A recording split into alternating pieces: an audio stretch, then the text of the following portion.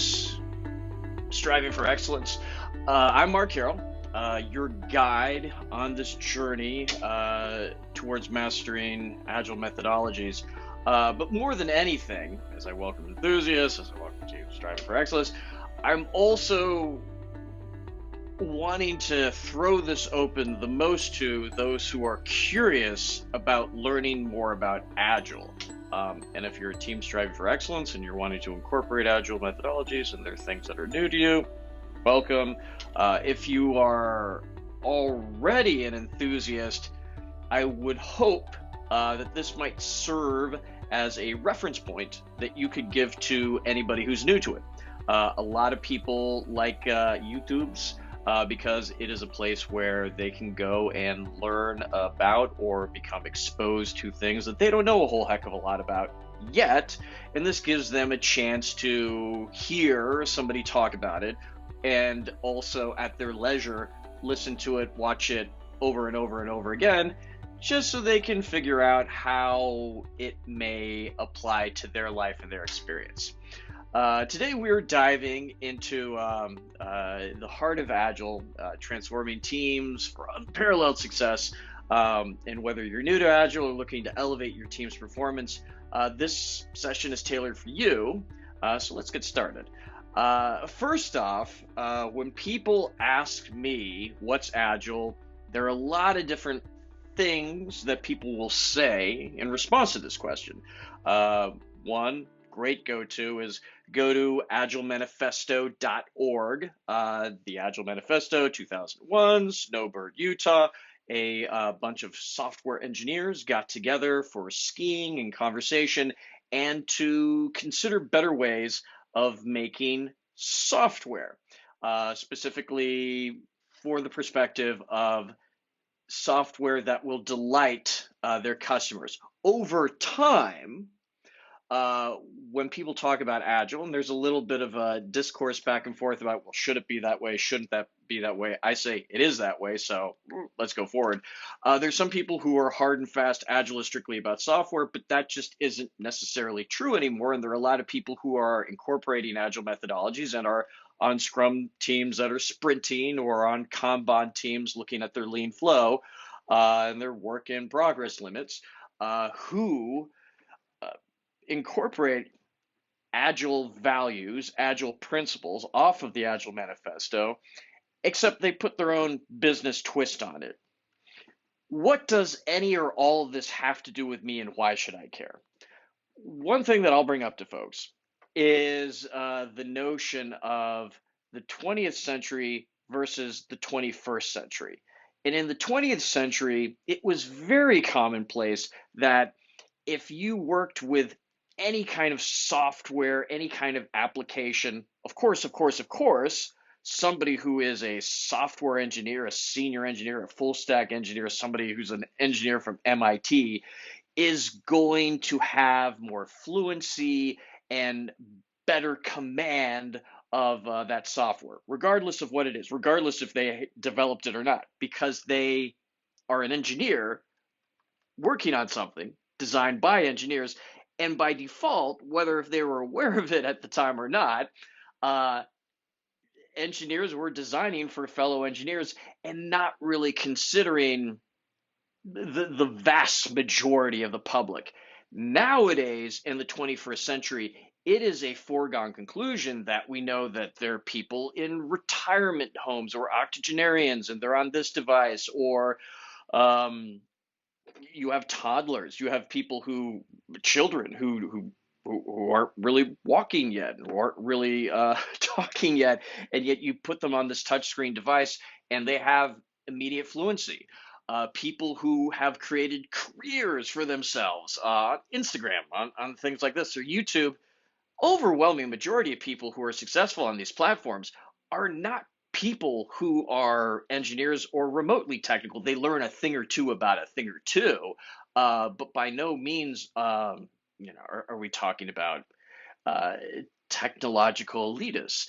And how did this happen? How did we go from the 20th century being something where software applications are, of course, something that only an engineer is going to excel at using, to the 21st century, where toddlers, octogenarians, people with very little technical knowledge pick up a device, an application, their Droid, their iPhone, and they're on Instagram and they go viral. They have command over their environment. This is all a new reality that we've come into in this century, thanks in large part because of Agile. Because at the Agile Manifesto Gathering in 2001 in Snowbird, Utah, they had some very meaningful conversations about how do we shift that perspective from developing for engineers, engineers developing for engineers, and really, really think about the customer and what do they want and what does user-friendly really, really mean. And it isn't until that term existed in the 20th century, but it did not mean what it means today. An octogenarian, a toddler, they could pick up a mobile device, they're off to the races. This is all thanks to Agile. Agile got us to this point where we take it for granted that software has this symbiotic relationship to our day-to-day lives. So much so, many of us have issues of getting off these devices, good or bad. You could debate that until the cows come home. But still, all the same, this is significant progress in bringing people into the fold, and Agile is what drove that. So as I'm going back to my script here, and just full disclosure, I am new to this whole YouTube thing, and part of this is me talking off the cuff and getting comfortable in front of a camera and having a conversation with folks. But also, part of this is me wanting it to have some certain amount of structure. So if you don't mind, I'm going to go back to the script right now, but at the same time, I'm trying to keep this loose and conversational. So anyways, Agile transformation is not just about adopting a new set of tools and processes, but it's a cultural shift. It's about a mindset that values collaboration, flexibility, continuous improvement, and most important, as I was alluding to before, delivering value to the customers. And I wasn't alluding, I was being explicit. Agile transformation involves rethinking our approach to project management and team collaboration. It's about moving away from the traditional, rigid 20th century methodologies to a more fluid, iterative process. But remember, the goal is not to be agile in name only, but to embody these principles and these agile methodologies. This is a very powerful thing to hook onto. And I just want to pause a minute, and here's where I'm improvising off of the script. Iterative process and having it be more fluid. Well, what does that mean? And this is where I'm thinking I'll probably, if I'm smart, I'll incorporate some visuals where typically people look at waterfall where you had to you receive requirements here, and then that goes to these people over here who design it. And those designers don't have a conversation with the people who gathered the requirements, and the people who design it then give it to software engineers, and they then implement some solution, which then gets kicked over to testers. All the while, the engineers never talk to the designers, and the testers who test out the software that was developed by the engineers never have a conversation therein, and then it lands in the customer's lap. And they maybe had some relationship to the requirements gathering in the beginning, but all in all, there was a long set of processes, almost like cascading waterfalls, ergo that expression, waterfall, where there's a lack of communication and people aren't developing iteratively. Agile takes a totally different approach to this. And essentially, you say, what is it that you're looking for? You have a sit down with a conversation with the customer, and you come to an understanding of what it is they're wanting to see. And you start off with something really little. You start off with an idea, sketch, doodle, cocktail, doodle on a cocktail napkin, initial research. What problem are we trying to solve? And we check in with the customer, and we basically plan an idea. If the plan is we're going to decide what problem are we trying to solve, the plan is pretty simple. You meet with your teammates, you schedule something on the calendar, and then you do it. You meet. You collect what are all the hypothetical problems that we're trying to solve. What are the main things that we're thinking about that we need to do? You check in then with the customer, and then you adjust accordingly. And just so you know, at the top of each of these steps, we're iterative, we keep going along, is this short cycle or a Deming cycle where you plan what it is you're about to do, you do it, you execute, you deliver, you check in with the customer, you get meaningful feedback. What do they like? What would they like to see next? What would they like to be removed? And then you adjust accordingly. And that adjustment informs the next plan. Moving on from there, you then have a proof of concept, a blueprint, a wireframe.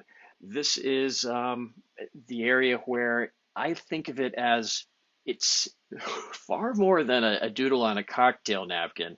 And this is where you're creating something that's a formalized 2D on paper representation, such as proof of concept is a blueprint of how a hypothetical, as I was saying, 2D product on paper will look,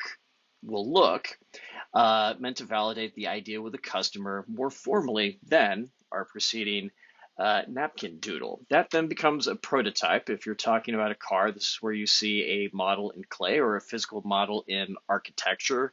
With software, it's slightly different from here.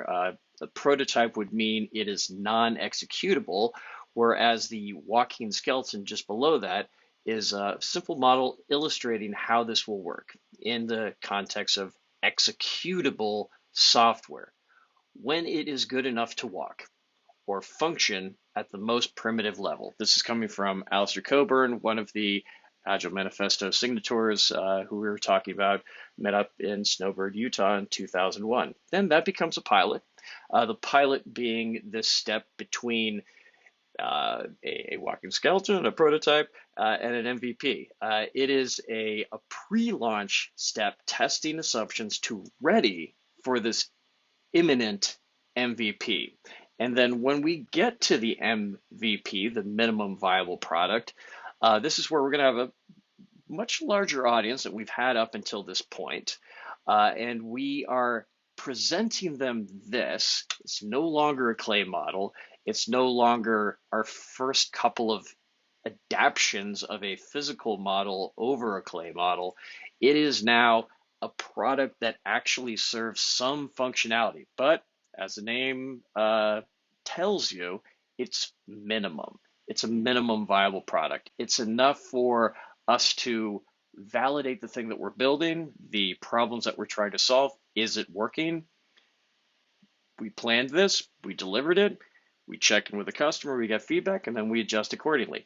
And mind you, all of these steps along the way, you might go through a couple of different sketches. You might go through a couple of different proofs of concepts. You might go through a couple of prototypes, few pilots, before you get to an MVP. And there again, you could have several MVP where you have that smallest deliverable product created so that you can validate your assumptions with your customer and it's a wider audience and you actually have things that it can do. But it's a very, very simplified tool. The next step up from that is the minimal or minimum marketable product. Now, not at all ready for wide release to the public, but this is the first genuine product release internally. This isn't something you would crow about, and this isn't something that you would think would be competitive, but this would be something that some customer out there could take it, get it in their hands, and use it. This is a car without any interior. It has no AC. It has no sound system. There's no material over the steering wheel. Everything is very, very, very stripped down. It's minimal. You could, in theory, market it, but this isn't something that you want to truly bring to the customer if you're trying to impress them. And after doing a couple of iteratively improved minimal viable products, you'll eventually get to something where the customer is saying, wow, you have that wow factor. It's the minimum delightful product. You're trying to delight your customers, your lovable product, an awesome product. These are the the things that you're shooting for, where you push this out to market, you have confidence, and you could not have gotten there without talking internally to your business owner, your customers, your end users, clients, in order to get that feedback so that you know that what you're building as you're becoming more sophisticated in this product that we're developing down the road is something that you know they're not just going to use. This is something they're going to be excited about using. And just to check in, this is very different from waterfall, because this airplane, this wow factor, this minimum delightful product, is the same thing over here. That's this customer delivery. This is the final step. This is the absolute final step. And you had no check-in point with not just the customer, but the developers aren't talking to the designers and the testers aren't talking to the developers. The customer may have been around early on with the gathering of requirements, but without their being able to participate in this conversation and development as the product is fleshed out over time and becomes more and more sophisticated, there's no way at all to honestly make sure that it's truly honestly what the customer wants. And I have seen, I've been unfortunately a part of situations, and this is why I became an Agilist, where the requirements were gathered 3 years in the past. And by the time it comes to the customer, they're like, okay, well, I could see why this thing that you're handing me on paper is something that we asked for, but I'm never going to use it. And that's the kind of response you don't want. What you want is wow. You want to delight our customer, and you can't get there unless you have this relationship with them where you're incrementally improving the product together until you have something that you know the customer is going to love, because you're getting that feedback all along the way as you're developing it with them together. So this iterative approach is something where you get to a really great product that a toddler, an octogenarian, can work with, because as an engineer, whatever you're developing it for, you're having that one-on-one conversation, starting off with something very little, a basic idea of it, until you flesh it out more and more and more until they have a great, fully realized product in their hand. And then you might have version 1 of that product, and you go back to the drawing board, and you eventually come out with a 2 or a 3. However you decide to progress and iterate on the product going forward, if you even do that.